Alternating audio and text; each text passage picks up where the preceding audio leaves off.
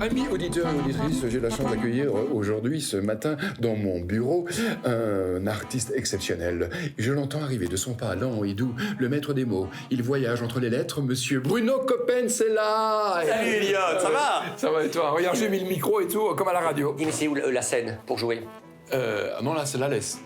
Je vais... Là, la scène, elle est beaucoup plus loin. D'accord, ça va. Dis, je suis content de te revoir, ça fait longtemps que ça plus vu. Voilà, évidemment. Je sais pas combien. C'est encore en noir et blanc quand on s'est vu la première fois. Tu penses? Oui, non, c'est noir et blanc, c'était à l'époque du premier festival de Rochefort. Non, non, c'est pas 40 ans, c'est pas possible. C'est comme si c'était hier. Toi, c'est 39. Comment ça? En 82. Ah oui. Bah, regarde, j'ai des preuves. Oh non, non, non, on va se faire du mal là. Oh, si, regarde un peu ça. Qui c'est ça? Mais c'est pas possible. Mais c'est toi. Ah bon? Bah, avec un chapeau, c'est pas moi. Mais judo, Bon. avec un chapeau. Oh, par contre, à côté, je connais, c'est Yolande Morel. François Moreau. Oui, c'est ça. Oh. Les chiens. Oh, les chiens. Hein. Sinon, petite balance, son lumière, et puis c'est parti. Ah, et attention! Quoi? Tout droit, à gauche. Ok, d'accord. Tac, ok. tac. Tu passes la Tour Eiffel, Notre-Dame. Ah, non, je déconne. Allez, je te prépare un kayak, à tout de suite. Ouais, il n'a pas changé, ce copain.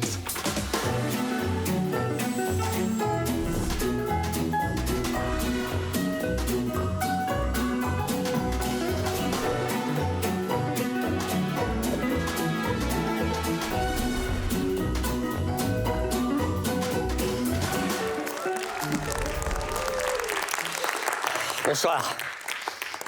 Je suis heureux de vous voir parce que là, je suis super inquiet, quoi. Oui, parce que je sais pas si je l'ai ou pas. Et il y a un âge, il faut se poser la question. L'andropause. Ah oui, est-ce que je l'ai ou pas? Pas facile, parce qu'il n'y a pas de signe évident, si vous voulez. Il n'y a pas les bouffées de chaleur qui transforment ton corps en cuiseur vapeur. Tu te réveilles pas dans ton lit trempé, comme si tu venais de rêver que ton fils votait pour Théo Franken. Pas de migraine, pas de saute d'humeur. Non, c'est pas facile pour nous les hommes de savoir si on a ou pas l'andropause. Et du coup, je me dis que vous les femmes, quelque part, vous avez de la chance. Avec la ménopause.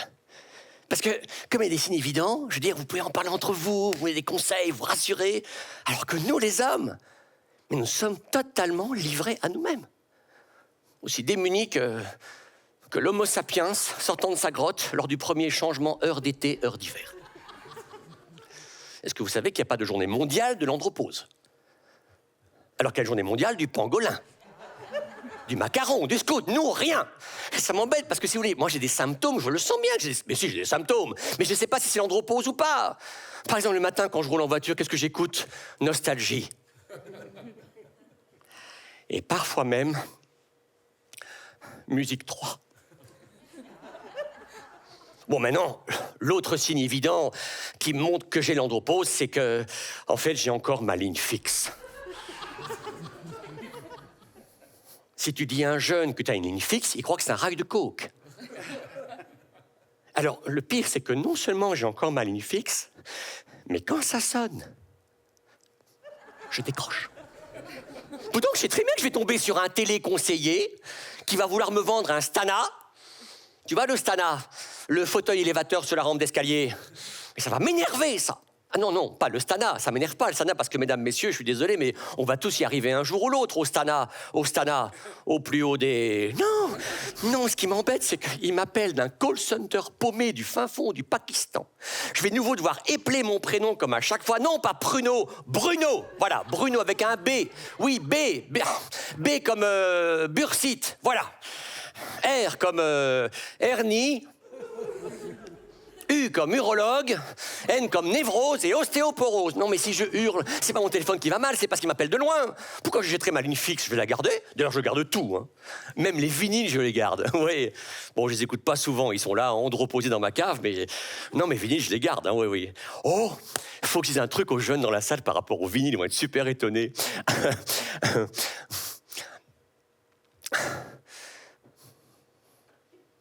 Les jeunes dans la salle. Oh, c'est sûr, hein, j'ai pas le public de Kev Adams. Hein. Ça, c'est... Là, on est plus proche de la famille Adams. Non, mais attendez, on le sait tous, dans les centres culturels, les théâtres, la doyenne d'âge, c'est comme on dit en cuisine, hein. Ah bah là, on est sur un quinquin bien cuit. Oui, bien fait même. Enfin bref, si jamais vous voyez un jeune, vous lui direz que quand je suis né, moi, en 60, le vinyle était déjà à la mode. Les jeunes n'ont rien inventé. Ah, madame, dans le fond, a fait son petit calcul. Ah ben, s'il est né en 60, ah ben, ça veut dire qu'il a 61 ans. Oui, madame, 61 balais, ouais. Et attention, hein, je ne veux pas de lubrifiant, hein. Enfin, je veux dire, je veux pas qu'on me dise « On va dire 3 fois 20, monsieur Copette !» Non, surtout pas 3 fois 20. Parce que déjà qu'une fois, c'était l'enfer. Vous m'auriez vu, à 20 ans, je quittais mon petit village du Hainaut. J'avais un pull en laine sans manches, tricoté par ma mère. J'étais mince comme une allumette, une coupe de cheveux à Jackson 5. Vous voyez les choupa choups? C'était moi. Et les filles qui s'approchaient de moi, c'était pour sortir avec mes copains.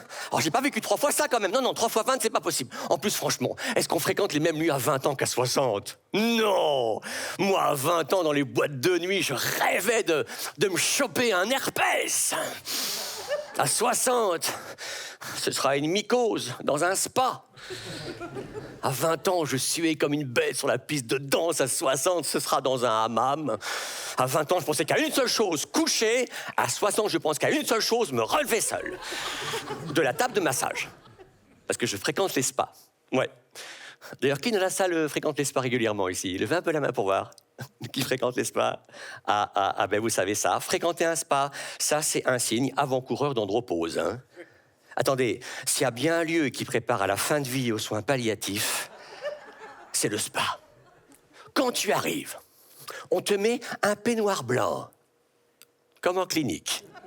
Puis, tu as des mules aux pieds, comme dans un home. Après, il y a une musique d'ascenseur, comme dans les crématoriums. Et on te met des bougies partout, comme pour tes funérailles. Moi, l'autre jour, dans un spa, entre un sauna sec et un massage ayurvédique, j'ai bien pris le temps de faire ma playlist, hein, pour ma messe d'enterrement. Oui, j'ai trouvé un site génial qui s'appelle « Les plus belles chansons françaises pour le départ d'un être aimé ». Des suggestions, allumer le feu en cas de crémation. On s'était dit rendez-vous dans 10 ans pour ceux qui croient à la réincarnation. Alors bien sûr, pour ceux qui ont préféré demander l'euthanasie, il y a le tube génial « Partir un jour sans retour, oublier tous nos amours ». Vous l'avez déjà faite, votre playlist? Attention, ça, c'est un signe d'andropause. Ah oui, il faut pas procrastiner, faut prendre tout, faut prendre les devants. Partir un jour sans retour, oublier tous nos amours. Dis, mais tu t'as écouté ce que j'ai raconté ou pas? Bien sûr que j'écoute, mais justement, c'est toi qui m'as fait penser à la playlist. Ah, pour l'enterrement, t'y as pensé? Ah oui, parce que je suis en train de... Parce que la première fois que j'ai eu mon enterrement, tu vois... Comment ça? Mais t'es pas mort-vivant, quand même. T'es quoi, là? Si, mais je parle de mon enterrement de vie de jeune. De jeune garçon. Comment ça s'est passé? T'as choisi quoi? Que des musiques tristes. Ah bon? Ah, Ennio Morricone, Mission... Ah non, mais tout. En fait, c'est triste, c'est vrai. Ouais. Après, c'est les couples, la vie de famille, tout ça, les enfants. Les copains, les guindailles, tout ça, c'était terminé, donc... Et tu penses à quoi pour le prochain? Alors, pour le prochain, là, du joyeux. Ah oui? Du joyeux. Par écoute, exemple. partir, revenir, je vois, I will survive! Excellent! Born to be alive. Il faut, parce qu'après, qu'est-ce qu'il y a? La réincarnation. Donc ça, c'est super bien. Il faut y aller. Arrête, ne me dis pas, tu crois aussi à la Bien sûr que réincarnation? j'y crois. D'ailleurs, je sais comment tu seras réincarné, toi. Oui, dis-moi. j'ai pensé, mais c'est original, hein. Ouais. Dragon. Elliot, dragon, je me dis, wouh, ça va être ça. Ouais, mais ça, c'est plutôt les autres qui m'ont réincarné en dragon. Et toi? Ah, moi, c'est minéral, hein, ce sera minéral. Retour à la source. Oui, je vais être une éponge. Une éponge, bah, tu vois, c'est... Parce qu'une éponge, elle est dans la salle de bain, tu vois, et elle caresse le corps des femmes, et c'est fou, ça, j'ai hâte d'être une éponge. Ok. Ça va les fantasmes et tout? Oui, J'ai pas encore à l'andropause, non, pas du tout. Je vais aller prendre une douche, hein, d'accord? Ok. Non, attends, Bruno. Non, il était à la mi-temps, là. Quoi, je suis pas encore mort, c'est ça que Ah tu non, veux dire? t'as la deuxième mi-temps. L'andropause, D'accord. numéro 2. Je m'occupe de la serviette, t'inquiète Ok. pas, vas-y. Andropause, ouais, pas du tout. Une éponge.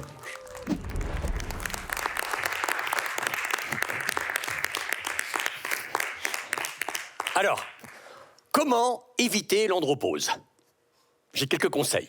Bon, physiquement, qu'est-ce que j'ai fait moi? J'ai acheté ce qu'on appelle l'abdogaine. Une gaine abdominale à impulsion électrique. C'est-à-dire que la gaine sent quand le corps se relâche et hop, ça y est, 500 abdos toutes les 2 heures, quoi. C'est efficace, hein. Mais c'est pas bon pour les cheveux. Non, parce que l'autre jour, j'étais chez Ryanair. C'est mon coiffeur. Je sais, c'est con comme nom de salon de coiffure. En même temps, c'est grâce à Ryanair qu'il a eu son droit à passerelle.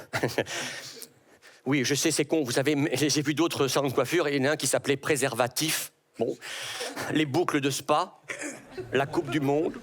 Et le meilleur, c'est quand même Faudra Tif Air. Alors là.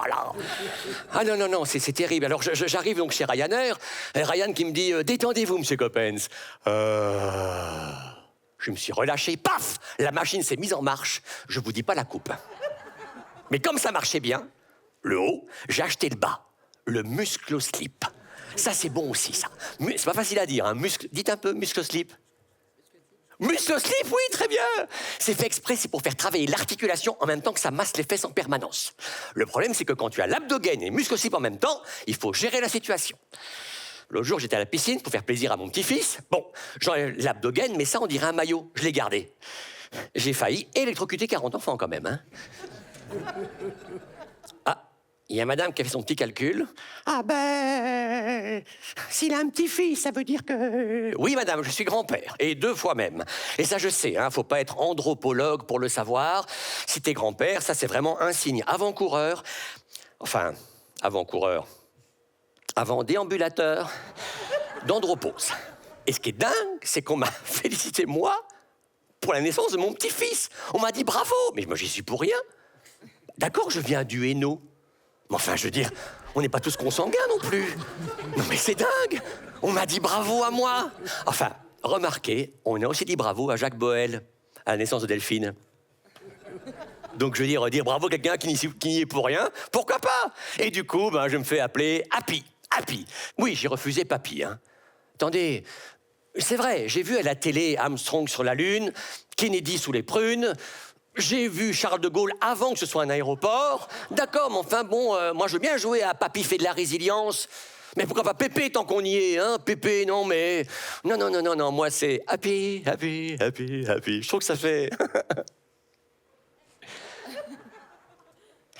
Ça fait le mec qui assume pas, c'est ça? Vous croyez que c'est facile d'être grand-père? L'autre jour, je vais à la boucherie, je commande un steak. Le boucher me dit, faut vous le hacher, monsieur Coppens? Non, mais qu'est-ce qui s'est passé, là? J'ai loupé une étape ou quoi? Non, mais tu sais ce qui est dingue avec l'âge? L'âge, c'est comme l'hiver au Québec. Là, ils affichent -20. Oui, mais avec le ressenti... Et le vent, Fred qui fouette fait -50. Alors, 60 balais dans les yeux des gens avec le ressenti... Ça fait bien 80 hivers. Ah non, c'est terrible. L'autre jour, je monte dans le bus, il y a un petit jeune qui vient vers moi. Alors, je prends un bic, un bout de papier, je dis, c'est quoi ton prénom? Monsieur, je veux pas d'autographe, je vous laisse ma place, je suis jeune, je peux rester debout. Je suis resté debout. Mais je prends plus le bus. Et ça, c'est con, parce que c'est gratuit pour moi maintenant. Moi qui adore voyager. Ceci dit, moi, je voyage plus parce que je culpabilise. J'aime prendre l'avion, mais aujourd'hui, si tu prends l'avion... Si tu prends l'avion, tu dis à quelqu'un, mais tu deviens illico persona non grata. Alors j'ai dit non, je prends plus l'avion. Non, je culpabilise tout le temps. Faut dire que niveau culpabilité, j'ai de l'avance, hein. J'étais 6 ans chez les Jésuites. Un collège qui s'appelait Collège Notre-Dame de la Tombe. Si, ça existe. Dans le Hainaut. Dans le collège, j'étais 6 ans en internat sans bracelet électronique. Les jésuites. Et confiance. Crois en moi. C'est à cause de toi si Jésus est mort sur la croix. Mais j'étais pas là, j'étais pas né. Ah, c'est ça. Monsieur joue à Ponce Pilate. Il s'en lave les mains. Geste barrière. Les jésuites, c'est dingue. C'est dingue. Ceux qui connaissent pas ça, il suffit de penser à Emmanuel Macron. Macron, il est 100% jésuite. Plaire à gauche, plaire à droite, tout en même temps. Et confiance. Crois en moi. C'est simple. Quand je vois Macron, je pense à Jean-Paul Sartre. Pas pour la philosophie, hein. Non, pour le regard. Sartre, il pouvait regarder Roland et Garros sans bouger la tête. Alors du coup, je culpabilisais, alors que je devais pas. Parce que dans ma famille, quand j'étais petit, on faisait plein de gestes pour la planète. Oui, par exemple, le samedi, c'était jour du bain. Eh ben, c'était un bain pour tout le monde. On était 8. Une fille, 7 garçons. Blanche-Neige, les 7 nains. Mes parents, un plan Marshall à eux tout seuls. Hein. Ah, mes parents s'aimaient beaucoup. Hein. Mais quand ils faisaient l'amour hors période de fécondité, mon père cachait le crucifix dans un tiroir de la commode. Comme ça, il savait plus du tout où son gon nichait. Il découpait un champ stérile, il le posait sur le pubis de ma mère, il pensait fort à Sœur Emmanuel, l'affaire était pliée. Vous avez l'image ? Parfait. Donc, on était 8, j'étais le 7e. Donc, le bain, le samedi, il était froid et sale. Mais moi, je m'en foutais. Mes frères se lavaient pour être propres, moi, je voulais être sale comme eux, faire tout comme eux. Autre geste pour la planète, le zéro déchet. Chez nous, les calbutes, on se les passait de frère en frère. Waouh ! Le problème pour moi, c'était la taille. Mes frères étaient super baraqués. Du coup, dans les vestiaires au collège, mon calbut, c'était le must. Oui, parce que mon calbut orange rapiécé qui flottait sur mes hanches, en fait, moulé sur le corps de mes frères baraqués, le calbut avait épousé leur paquet. Moi, j'avais une coquille de gardien de hockey sur glace canadien. Alors que dedans, mes 2 cacahuètes et mon lombric tournicotaient sans se rencontrer. Ben, j'étais le 7e, hein. Ils m'ont rien laissé, mes frères. Hein. Quand je suis arrivé, il n'y avait plus rien. Ah ben non, mes muscles, mes muscles, ça venait une fois toutes les années biceps style, alors... Et les phéromones que je dégageais à 15 ans, c'est pas ça qui a troué la couche d'ozone. Hein. Ah non, non, l'adolescence, c'est dingue. Les familles nombreuses, c'est une horreur. Enfin, c'est terminé, ça. Il n'y aura plus de familles nombreuses, hein. Non, j'ai lu un article incroyable. Aujourd'hui, l'homme produit 30% de spermatozoïdes en moins qu'il y a 20 ans. T'imagines ? Hier, c'était en coulée continue, demain, ce sera au compte-gouttes. Alors du coup, je crois qu'ils vont m'appeler. Oui, moi et tous les hommes de ma génération. Parce que, évidemment, ma semence à moi a été produite et stockée avant l'arrivée des perturbateurs endocriniens, du glyphosate et de la 5G.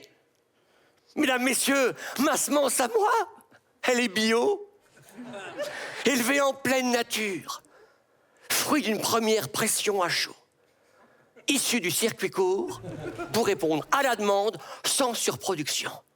Ma semence, elle est artisanale, durable, traçable, issue d'une race rustique qui a réussi à préserver la saveur fruitée et florale de la semence des premiers chasseurs-cueilleurs qui ont engendré toute l'humanité.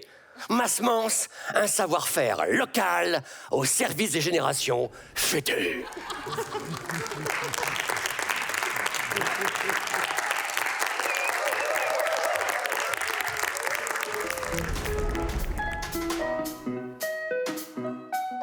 Bruno, apôtre ou disciple? J'ai des maîtres. Hein. J'ai bien sûr Raymond DeVos, Sol, Marc Favreau, un clown québécois que j'adore. Digression ou divagation? J'aime bien la divagation parce que c'est en écrivant des choses qui vont dans tous les sens que je retrouve un thème central. Quand tu ne jongles pas avec les mots, tu les ranges où? J'arrive pas à les ranger parce que les mots filent. Polaroid ou gros cliché? Bah, dans les spectacles, parfois, j'ai quand même des gros clichés sur la vie des gens, parce que pour avoir une référence commune universelle, parfois, il faut faire les traits un peu carrés, donc les personnages que je joue sont souvent un peu caricaturaux quand même, hein. Ouais. Virgule ou point à la ligne? Ah, virgule, hein. Monsieur Virgule, je crois que ça restera, parce qu'encore maintenant, après quand même 10 ans au moins que l'émission est terminée, ici blabla, on me parle encore de Monsieur Virgule, donc c'est cool d'avoir touché une génération comme ça. Y a-t-il un pilote pour sauver les cons? Non, parce que les cons volent en escadrille. Guérir ou prévenir? Dans guérir, il y a rire. Voilà, et quoi que le rire peut guérir. Donc, guérir. Y a quoi dans ta boîte à regrets? Ma boîte à regrets, purée, dit. Mon grand regret, c'est de ne pas être né au Québec, parce que c'est ma seconde patrie que j'adore vraiment. J'aurais aimé grandir avec Sol, Marc Favreau, à l'écran, sur scène, tout ça. Ouais. Merci Bruno.